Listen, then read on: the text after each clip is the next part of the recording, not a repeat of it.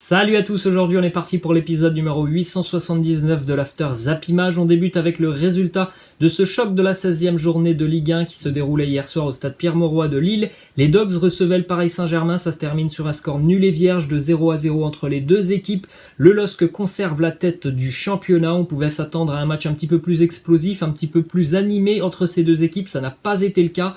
On a vu deux organisations tactiques assez intéressantes sur le terrain, donc au final très peu d'espace et très peu d'occasions dans ce match, donc le match nul est logique et le 0-0 est logique parce que sincèrement en termes d'occasion hier, il n'y avait pas grand chose à se mettre sous la dent du côté du stade Pierre-Mauroy. On poursuit avec une petite statistique sur le Paris Saint-Germain qui hier n'a cadré qu'un seul tir face à Lille.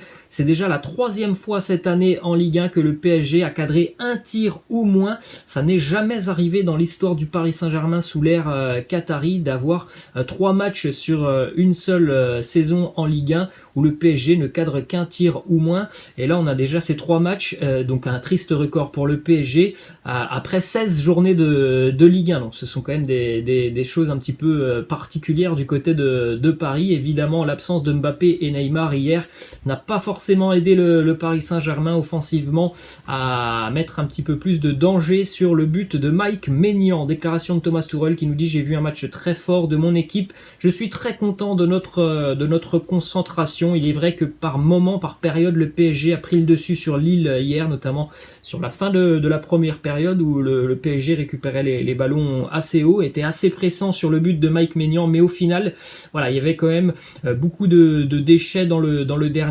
dernier geste et donc Mike Maignan a passé quand même une soirée assez tranquille du côté des buts lillois. Ensuite, une déclaration de Thomas Tuchel qui nous dit: on va tuer les joueurs, on nous laisse toujours jouer les matchs de 21h, on manque de rythme pour manger, dormir et récupérer. Il nous manque Neymar, Kylian et Mauro Icardi. Est-ce que je suis surpris? Non, je ne suis pas surpris. 3 nouveaux joueurs se sont blessés avec nous. Merci. Alors le merci, je pense qu'il est adressé à la Ligue de football professionnelle par rapport au calendrier de cette année de Ligue 1. En tout cas, il est vrai qu'hier, Paris a encore une fois été touché par des blessures. 3 joueurs ont quitté le Paris Saint-Germain dans les 10 dernières minutes de ce match. Kimpembe, Florenzi et Kurzawa, les 3 joueurs sont sortis visiblement touchés. Bon, pour le moment, on ne sait pas si les blessures sont graves ou non, mais voilà, niveau du groupe parisien, encore une fois, ça fait des joueurs qui vont rejoindre l'infirmerie. Ensuite, on continue du côté de Lille avec une déclaration de Christophe Galtier, l'entraîneur des Dogs, qui nous dit: les équipes sont fatiguées, Paris finit le match avec 3 blessures importantes, ça n'a pas été un grand match ce soir, je le sais, mais dans cette période de l'année, pour les équipes européennes qui ont un calendrier chargé, ce n'est pas facile. Et c'est vrai qu'on doit rappeler aussi que Paris joue la Ligue des Champions, Lille a joué l'Europa League, donc on a vu vraiment des équipes qui hier étaient vraiment, j'ai l'impression, très fatiguées. Ça s'est ressenti aussi sur la seconde mi-temps avec une baisse de rythme pendant ce match. Ensuite, une petite statistique assez positive hier pour l'un des joueurs qui, depuis le début d'année, est souvent quand même blessé du côté de Paris et déjà depuis quelques années. En tout cas, quand il est sur le terrain, en général, il fait de belles choses. Marco Verratti, hier, 126 ballons touchés face à Lille avec un pourcentage de passes réussies face aux nordistes de 94% pour Marco Verratti. On enchaîne avec ces résultats pour le Paris Saint-Germain face au gros de Ligue 1. Eh bien, c'est toujours aucune victoire pour le PSG cette année face au gros. Défaite face à Marseille, défaite face à Monaco, défaite face à l'Olympique lyonnais et donc hier le match nul face aux Dogs. Ensuite, on a une déclaration de Jérôme Roten qui nous parle de Kylian Mbappé. Il nous dit: il peut progresser parce qu'il est encore jeune, mais on ne sent pas trop de progression chez lui. Il y a plein de choses où l'on voit qu'il a du mal. Contre Başakşehir, je le sentais vraiment bien, mais quand Neymar n'est pas là, il veut faire du Neymar. Alors, je pense que Kylian Mbappé, évidemment, a encore une certaine marge de progression. On a peut-être l'impression depuis quelques mois qu'il est en train de stagner du côté de Paris, mais c'est vrai que c'est un joueur qui a encore quand même pas mal de domaines où il peut et il doit progresser. Ensuite, une info qui concerne le mercato hivernal du PSG. Selon les infos du quotidien L'équipe, Paris souhaiterait vendre pour 40 millions d'euros cet hiver. 2 joueurs seraient déjà sur la liste des transferts.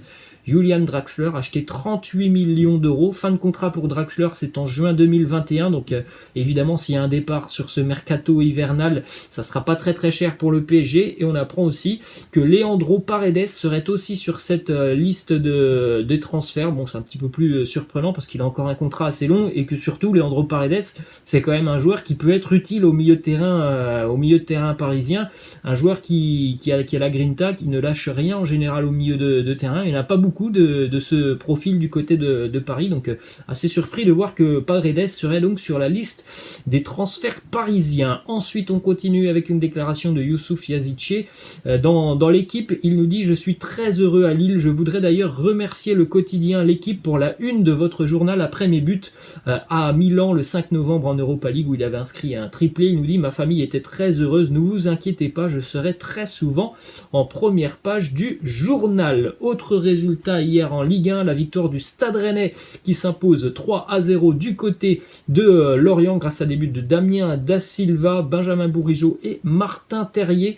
Ça fait du bien évidemment aux Rennais, 3 matchs en une semaine et 3 victoires pour les hommes de Julien Stéphane. Malheureusement, cette rencontre entre Lorient et Rennes a connu une triste fin puisque quelques minutes après la fin de la rencontre, les jardiniers lorientais étaient évidemment présents sur la pelouse du Moustoir pour s'occuper de la pelouse et l'une des rampes du système de luminothérapie du stade du Moustoir est littéralement tombée sur l'un des jardiniers du FC Lorient. Malheureusement, la personne n'a pas survécu à ses blessures. Épisode donc dramatique hier du côté du Moustoir après la rencontre. Ensuite, les amis, on continue avec les résultats complets de cette 16e journée de Ligue 1. On va se concentrer sur les résultats de dimanche. Match nul entre Brest et Montpellier, 2-2. Victoire de Monaco à Dijon, 1-0. Victoire de Bordeaux à Strasbourg, 2-0. Nantes et Angers se quittent sur un nul de 1-2. Nîmes prend 1 point du côté de Saint-Etienne, 2-2. Ensuite, on a quelques petites déclarations d'Anthony Lopez qui premièrement nous dit: quand les adversaires rentrent dans mes 16 mètres, il faut qu'ils assument ce qu'il se passe parce que moi j'assume totalement ce qu'il va se passer dans mes 16 mètres. Autre déclaration d'Anthony Lopez qui revient sur l'épisode de la semaine dernière et les nombreuses roulades face à Neymar lors du duel entre le PSG et l'Olympique Lyonnais. Il nous dit: c'est génial quand même, il y en a 1, 2, 3, 4, 5, ouais.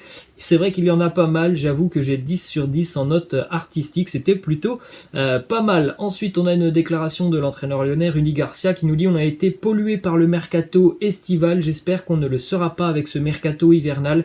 Memphis est un joueur de classe mondiale et on est beaucoup plus fort avec lui. Si on a des ambitions, il sera avec nous lors de la deuxième partie de saison. On verra ce qui se passera sur ce mercato hivernal du côté de Lyon, parce qu'on sait notamment que Memphis reste très évasif sur son avenir du côté de l'OL. On fait un petit point sur le classement de la Ligue 1 après donc 16 journées.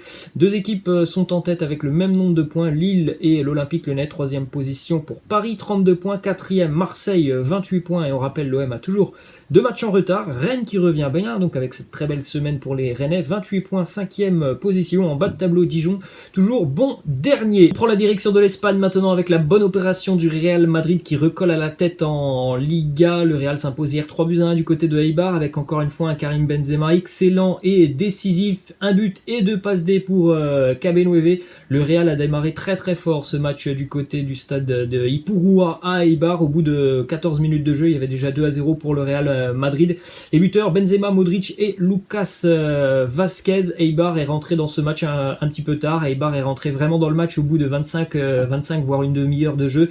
C'était déjà trop tard évidemment, quand il y a 2-0 surtout face au Real Madrid. Tu ne peux pas faire une entame de match comme celle des joueurs d'Eibar hier qui ont énormément souffert sur les 20-25 premières minutes du Real qui sincèrement sur cette première demi-heure a été assez impressionnant. Déclaration de Zinedine Zidane qui nous dit: nous sommes très très bien, on est positif. Le début du match a été vraiment exceptionnel de la part des garçons. On marque 2 fois, mais il est vrai qu'après ces 2 buts, Eibar est revenu dans le match, nous a vraiment fait souffrir, mais je pense qu'on a quand même contrôlé globalement ce match. Ensuite, une déclaration de Dani Carvajal qui nous dit: Eibar nous a très très bien pressé, on n'était pas dans une situation de confiance hier. Je ne sais pas s'il y avait penalty sur la main de Sergio Ramos.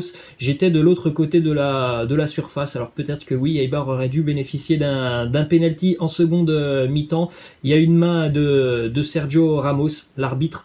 On a décidé autrement. Ensuite, on continue du côté de l'Italie avec les résultats de cette journée en Serie A.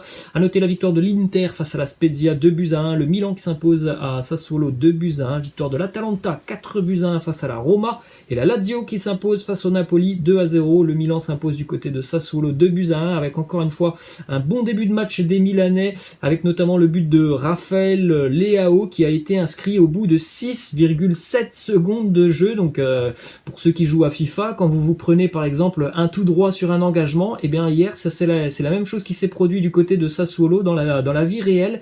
Ouais, un but au bout de 6 secondes. Donc imaginez l'engagement, 6 secondes plus tard un but évidemment. C'était quasiment un tout droit de la part des Milanais, la défense de Sassuolo qui n'était pas dans son match tout simplement sur ses premières secondes. Ça a coûté cher. Leao qui inscrit directement ce but, qui est d'ailleurs le but le plus rapide inscrit dans l'histoire de la Serie A. Saelmakers avait inscrit le deuxième but milanais à la 25e minute de jeu. Berardi a réduit la marque en toute fin de match. Ensuite, on enchaîne avec les statistiques de l'international turc Hakan Çalhanoğlu qui réalise quand même de très belles choses avec le Milan sur ce début d'année. Déjà 5 buts et 7 passes décisives pour Çalhanoğlu. Ensuite, on continue avec le Milan sur ce mercato hivernal qui va tenter d'aller chercher un nouvel attaquant. Plusieurs noms sont déjà ciblés du côté milanais, dont Hudson-Odoi, l'attaquant du Celtic, Daniel Malen, jeune joueur du PSV qui est assez performant. On a aussi Luka Jovic qui est ciblé par Milan. Ensuite, direction Marseille avec cette petite info qui concerne l'OM, mais aussi l'Atalanta Bergame. On en parlait déjà depuis le début de semaine. Malheureusement, Joachim Mahler, qui était l'une des cibles de l'Olympique de Marseille pour se renforcer sur le mercato hivernal, ne devrait pas s'engager avec les Phocéens puisqu'il a choisi l'Atalanta. Direction l'Angleterre maintenant avec la victoire de Manchester United 6-2 face à Leeds United avec notamment un doublé pour McTominay plus une passe décisive, un doublé pour Bruno Fernandes plus une passe décisive, un doublé de passes décisives par contre pour Anthony et Martial, but aussi pour Lindelof et Daniel James. Au bout de 3 minutes de jeu, il y avait déjà 2-0 avec un doublé de Scott McTominay. Très bonne opération au niveau du classement pour Manchester United qui, avec un match en retard, revient à la 3e position et à 4 petits points de Liverpool. Donc si le match en retard est gagné par les Mancuniens, il serait potentiellement 2e de Première Ligue. Ensuite, on enchaîne avec une petite info qui concerne Marcus Rashford, qui n'a pas marqué hier. Il nous dit que normalement, après sa carrière de footballeur, il va s'engager dans une carrière en tant que militant d'envergure internationale pour la justice sociale et la lutte contre la pauvreté alimentaire qui touche les enfants. Il est vrai qu'il est très très engagé auprès des enfants défavorisés en Grande-Bretagne. Marcus Rashford qui a fait de nombreuses choses déjà depuis quelques mois qui ont vraiment fait évoluer ces problématiques du côté de l'Angleterre. Petite info du côté d'Arsenal, Pierre-Emerick Aubameyang devrait être éloigné des terrains pendant un petit moment. L'international gabonais est touché au mollet. Pour le moment, la durée de son indisponibilité n'a pas été communiquée par le club. On a un Aubameyang qui n'est pas en forme avec les Gunners, pas du tout. Il est en manque de confiance, il ne marque plus. Ensuite, les amis, on termine avec une déclaration de Laurent Blanc qui vient donc depuis 48 heures de retrouver un club. Il s'est engagé du côté de Al Rayyan et il nous dit, Laurent Blanc, l'aventure sportive est très intéressante, les conditions sont intéressantes. Ce qui m'intéresse le plus, c'est de voir si mon staff et moi, on peut remettre Al Rayyan à la place qu'il doit occuper. Donc Laurent Blanc qui nous parle donc de cette aventure sportive du côté d'Al Rayyan. Voilà les amis, c'est la fin de cet After Zap Image. Je vous laisse, je vous dis à la prochaine. Ciao.